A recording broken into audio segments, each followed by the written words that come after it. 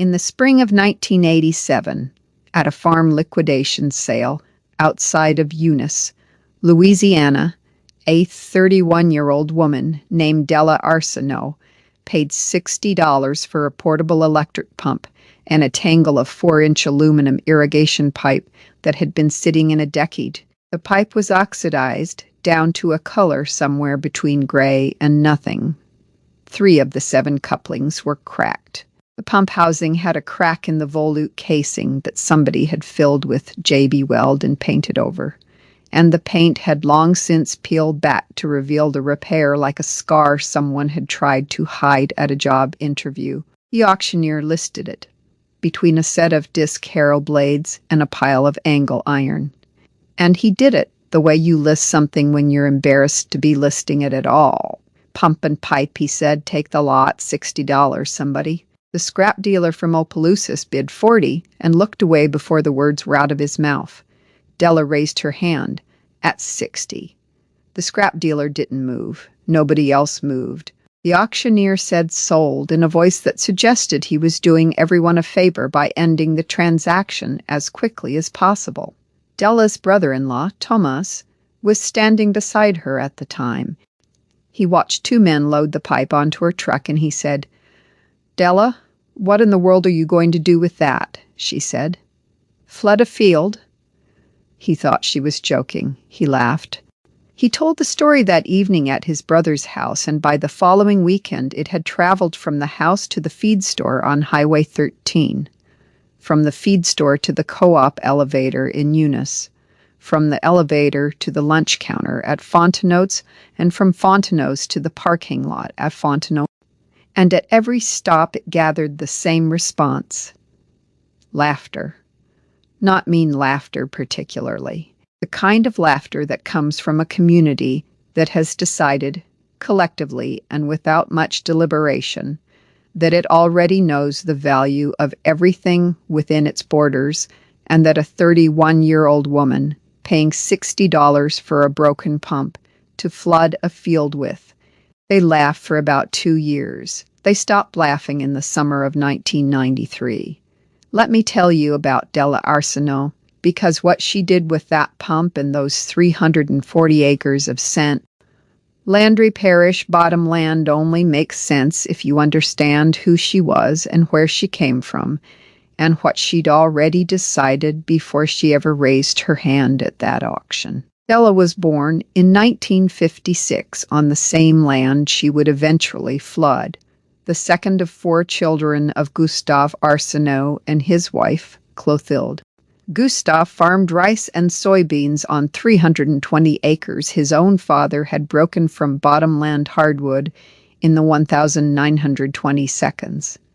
And he did it the way his father had taught him, which meant he owned everything outright, or he didn't buy it. The Arsenault family had carried a mortgage. Once, on a combine they'd needed in 1948, when the old one threw a rod at the start of harvest, and Gustave had paid that note off in 11 months and had spoken of those 11 months with a particular bitterness for the rest of his life, the way a man speaks of a sickness he recovered from, but does not intend to repeat. He was not a complicated man. He believed in 3 things with approximately equal conviction: the Catholic Church, the quality of Louisiana rice, and the proposition that any man who borrowed money to farm was renting his own future from someone who didn't know the land and didn't care whether it flooded. Gustave was also a mechanic of the first order, not a certified mechanic, not a man with a degree or a shop with a sign. A man with a 40 by 60 concrete block building behind the house, with a wood stove in the corner and a hydraulic floor jack that he'd bought in 1951 and a lathe he'd acquired from a machine shop in Opelousas that closed in 1963, and the workbench 2-inch oak planks, and that held in an arrangement that was not neat but was entirely legible to anyone who understood it. every tool he had accumulated over 30 years of fixing everything that broke on 320 acres without calling anyone. The cutting oil in the reservoir of the lathe was the same brand he put in it in 1963. He had not run out because he had not wasted it. That was Gustav. He taught Della to weld when she was 12. He taught her to read a micrometer when she was 14.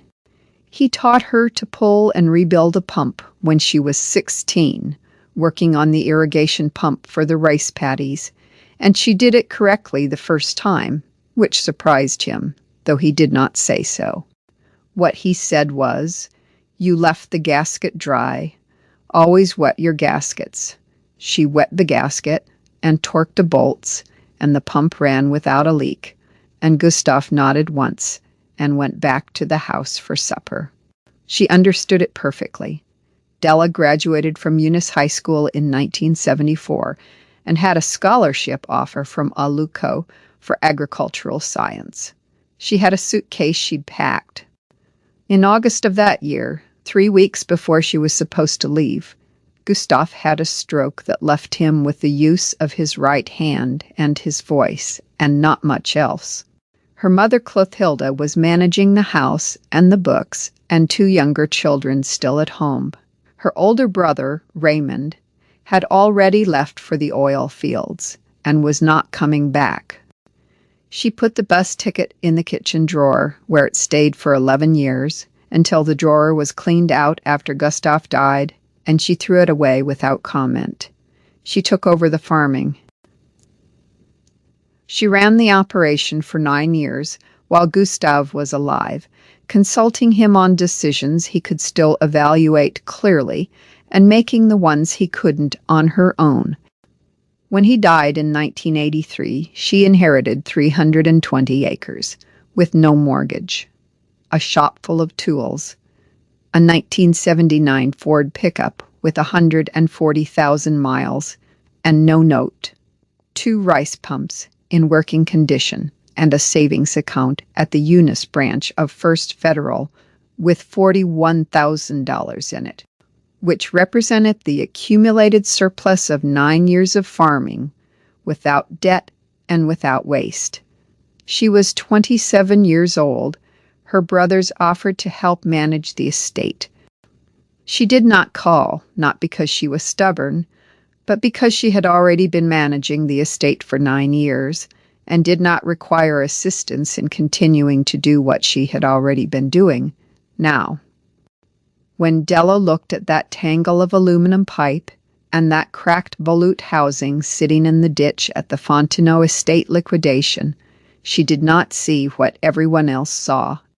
What everyone else saw was $60 of scrap that wasn't worth the scrap price. What Della saw was the final component of a plan she had been working through on graph paper for the better part of 14 months. Let me tell you about the plan, because this is where the story stops being about a pump and starts being about something else entirely. In the spring of 1986, a year before the option, Della had driven to Breau Bridge and spent an afternoon with a man named Clovis Thibodeau, who had been running a crawfish operation on flooded rice stubble since 1971. Clovis was 63 years old and had the hands of a man who had been pulling wire traps through cold water since before Della was born. He was not a man who talked much about what he did or why, but Della had brought a notebook and a list of questions, and she sat at his kitchen table for 3 hours and asked every one of them. She asked about water, depth and temperature windows. She asked about stocking density and trap spacings. She asked about the interaction between the rice stubble decomposition and the crawfish feeding cycle. She asked about the timing of the flood up relative to the rice harvest, and the timing of the drain down relative to the spring planting. Clovis answered every question, not because he was generous, but because the questions were good, and good questions deserved answers. She drove home with 11 pages of notes and a clear picture of what she needed.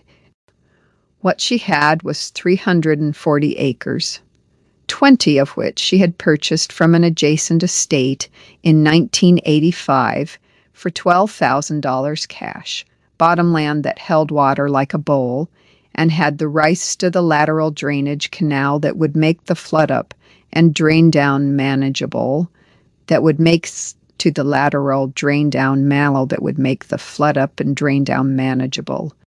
What she needed was pumping capacity she didn't currently own. A new 4-inch pump with the pipe to run it would cost her somewhere between $1,200 and $1,600 from a farm supply dealer. She did not want to spend $1,600 when the same capacity existed in the world, in the form of something broken that she could fix for less. She had sketched the repair on graph paper. She had identified the crack in the volute casing as a structural non-issue, a surface crack in a low-pressure zone that J.B. Weld had already proven would hold, and that she would reinforce with a fiberglass wrap and a second layer of epoxy in her father's shop. She had identified the couplings as standard 4-inch agricultural fittings available from the co-op for $4 apiece. She had identified the pump motor as a 3-phase unit she would need to rewire for single phase, which was an afternoon's work with her father's wiring reference books and a capacitor from the electrical supply in Opelousas. She bid $60 because she had already done the math, and $60 was the correct number. That's why nobody understood the purchase. They were seeing a woman who had paid $60 for something broken. They were watching a woman execute the final step of a 14-month plan. Let me tell you about the rebuild, because this is where Della proved that Gustave Arsenault had not wasted a single afternoon of the 12 years he spent teaching her to work. She brought the pump and pipe to her father's shop on a Thursday evening in April. She had finished the field work for the week, and the shop was cold from the winter that had not fully released, and she started the wood stove with the oak splits stacked against the east wall and let the building warm for an hour before she started. She hung the treble light from the rafter hook her father had welded there in 1967, and she laid the pump on the workbench on a piece of cardboard, and she began. The volute casing repair took 2 evenings. She ground the existing J.B. Weld down to bare metal with the angle grinder, cleaned the crack with acetone, and applied a fresh layer of epoxy in 2 passes, letting the first cure fully before the second. She cut a fiberglass mat patch from a roll her father had used for a boat repair in 1979, wet it with resin, and laid it over the repair she let it cure for 48 hours. She pressure tested the housing with a bicycle pump and a gauge and a bucket of water, and it did not weep. She moved on. The motor rewiring took 1 evening. The capacitor from Opelousas cost $9. The wiring was straightforward once she had the motor's nameplate data and her father's auto electrical reference, which was the 1958 edition, and still correct for the principles involved. The couplings were 7 of them, at $4 apiece, $28. She replaced all 7 because the pipe was going to be in service for years, and she was not interested in pulling it out of a flooded field to fix a coupling she'd left in.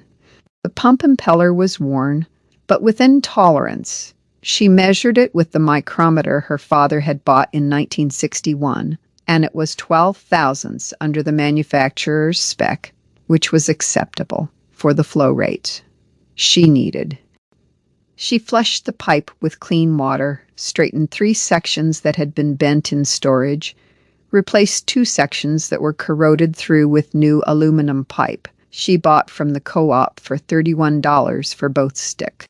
Total cost, pump and pipe at auction, $60.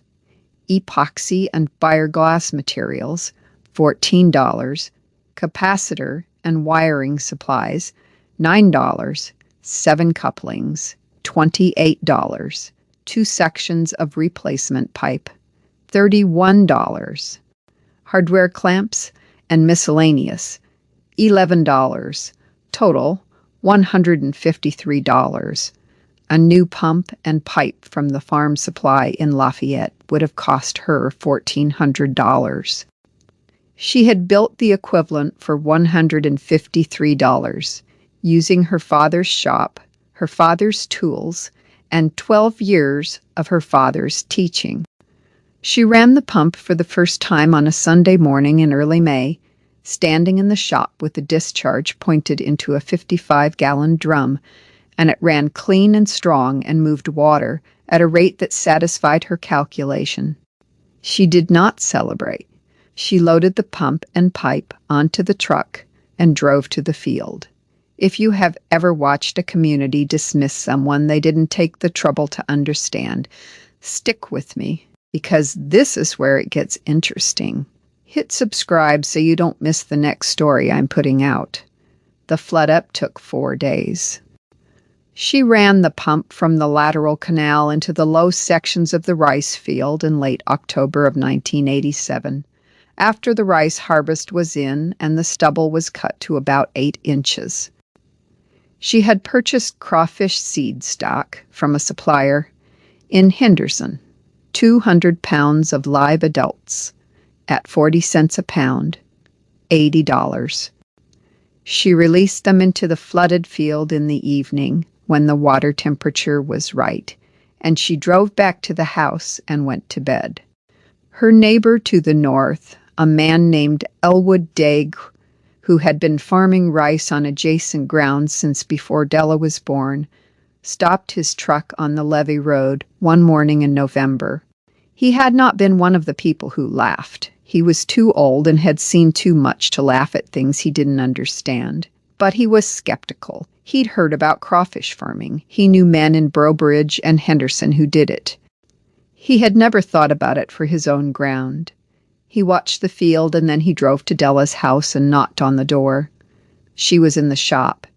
He found her there replacing a seal on the tractor's hydraulic pump. He stood in the doorway and looked at the flooded field visible through the shop side window, and he said, "How deep are you running it?" She said, 8 to 10 inches over the stubble crowns, he said. "You stocked it already," she said. Last week he was quiet for a moment, he said. "Your daddy would have done this," she said. Yes, he nodded and left. That was the whole conversation. Elwood Daigla was not a man who wasted words, and neither was Della Arsenault. And between them they had said everything that needed to be said. The first crawfish harvest came in February of 1988.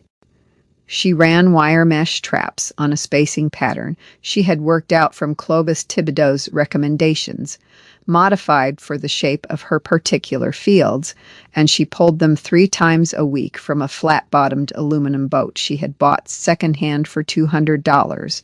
The first week's pull averaged 60 pounds per trap per lift. The second week was 70.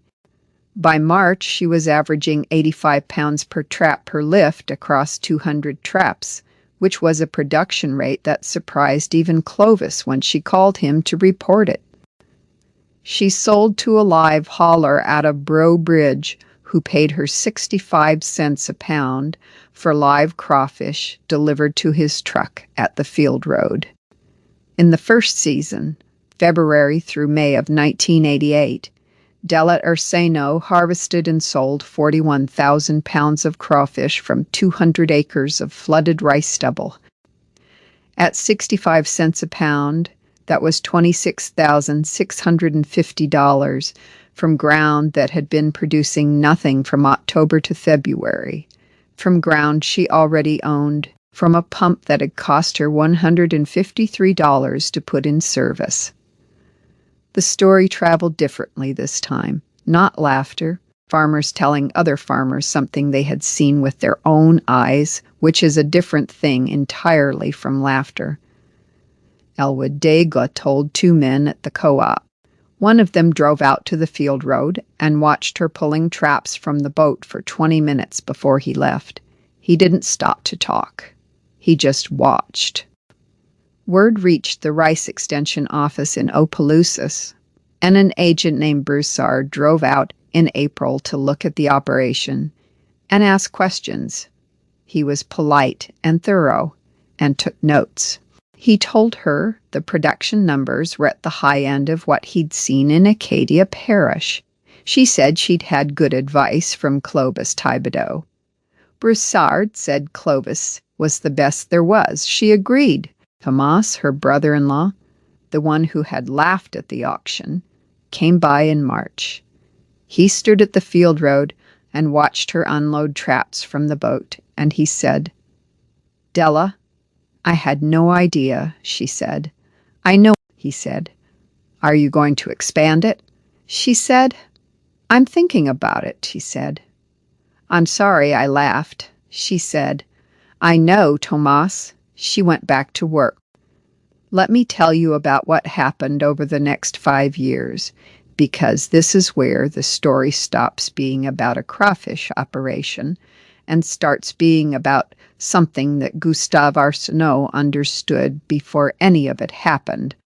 Between 1988 and 1992, Della ran the dual operation, rice in the warm months, crawfish in the flooded stubble from October through May.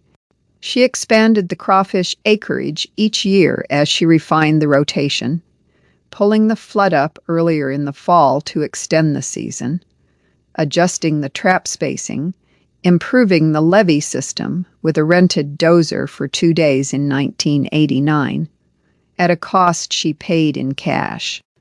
She added a second pump, a used one she found at an estate sale in Ville Platte in 1990 for $80, which she rebuilt in her father's shop over 3 weekends for a total parts cost of $64.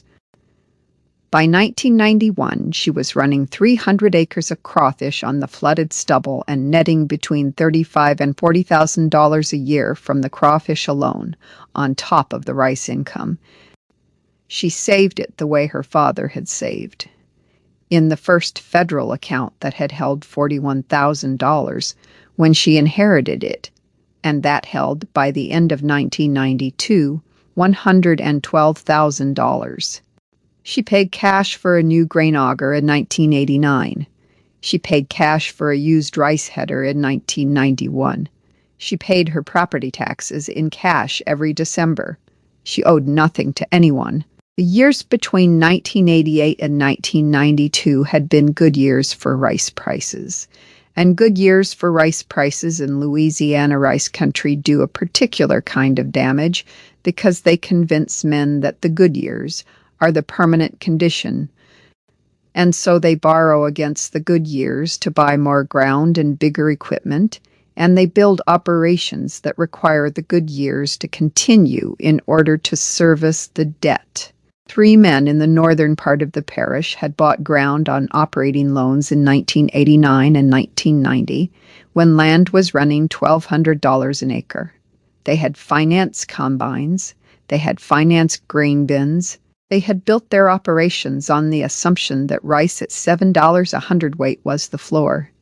You know what happened in 1993. The rice market broke in the summer of that year, a combination of import competition, surplus carryover, and a wet spring that had pushed production costs up, just as prices were moving in the wrong direction. By August, Louisiana long grain was trading at $4.80 per hundredweight.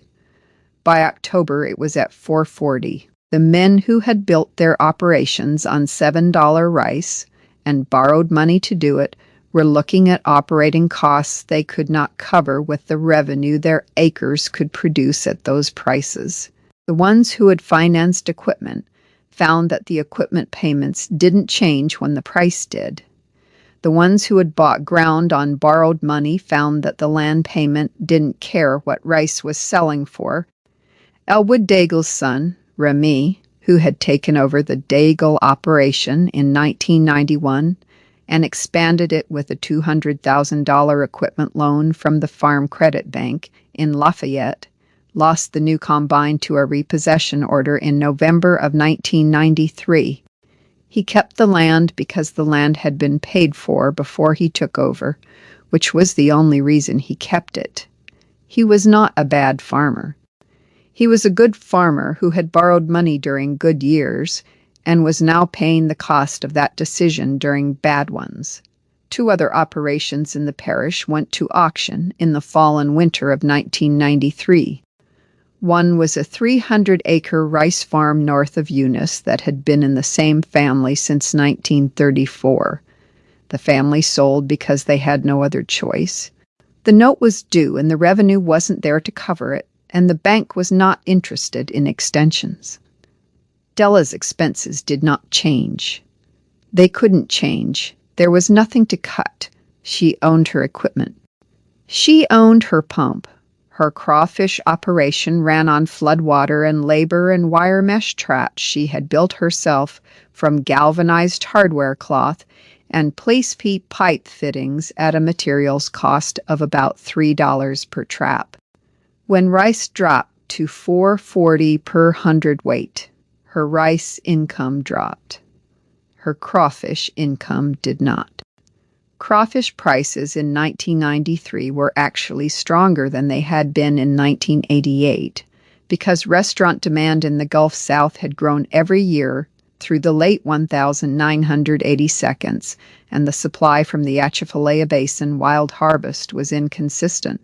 She sold that year's crawfish harvest at 80 cents a pound to a processor in Breaux Bridge, who had started buying direct from farm operations to secure supply 43,000 pounds, $34,400, from a pump she had paid $60 for at auction and rebuilt for $93 more.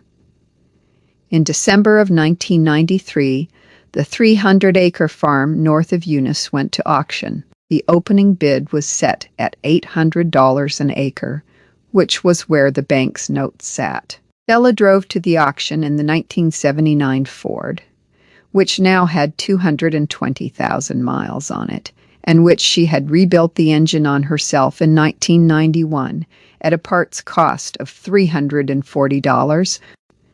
She sat in the back of the crowd and waited. There were speculators from Baton Rouge. There was a farm investment group from Houston that had been buying distressed agricultural land across the Gulf South. There was a rice operation from Acadia Parish that wanted to consolidate acreage. The bidding opened at $800 and moved in $50 increments. It reached $950 and the Acadia operation dropped out. It reached $1020 and one of the Baton Rouge speculators dropped out at $1050. It was Della and the Houston Investment Group. She bid $1,100 an acre for 300 acres, $330,000. She had a cashier's check in her coat pocket from the First Federal account, drawn the previous morning. The Houston Group went to $1,150. She bid $1,200. She bid $1,300 and stopped moving. The Houston Group paused for a long time, long enough that the auctioneer started his cadence. They did not bid again. Sold 300 acres, $390,000, of which she had $330,000 in the check, and covered the remainder with a wire transfer she had arranged the day before. Cash, no note, no financing. The crowd was quiet in a way that crowds at auctions are not usually quiet. Not the quiet of disinterest, the quiet of a room full of people rearranging everything they thought they knew about a woman they had watched for 20 years and under-eboned for most of them. Brimmy Dagla was there, standing near the back. He had come because the farm being sold was adjacent to his father's ground, and he wanted to know who the new neighbor would be. When the auctioneer said sold and the crowd went quiet, Remy looked at Della for a long moment. He took his cap off. He put it back on. He didn't say anything. He didn't need to. Let me tell you how this ends, because the ending is the part that Gustave Arsenault would have understood without a word of explanation. Della farmed the combined operation, now 640 acres, Through the 1,990 seconds and into the first decade of the new century, she expanded the Crawfish acreage. She rebuilt the levee system on the North Fields with a used dozer she bought in 1995 for $11,000 cash and taught herself to operate over a single winter. She replaced her father's lathe in 1998 with a newer model she found at a machine shop liquidation in Alexandria for $800, and she moved the old one to the corner of the shop, where it stood as a piece of furniture rather than equipment. In 2001, her niece Celeste, the daughter of her brother Raymond, who had gone to the oil fields and eventually come back, started spending time in the shop after school. Celeste was 14. She was interested in the lathe, the way Della had been interested in the pump at 16, which is to say, completely, and without needing anyone to explain why. Della taught her to face a piece of stock and take a clean cut and measure the result with the micrometer. She did not tell Celeste that this was important, or that she should pay attention. She simply showed her how to do it correctly, which was the same thing her father had done. And Celeste paid attention because the work itself was interesting and because Della's hands made it look worth learning. In the spring of 2004, the St. Landry Parish Farm Bureau held a meeting in Opelousas on enterprise diversification for rice operations. They asked Della to speak.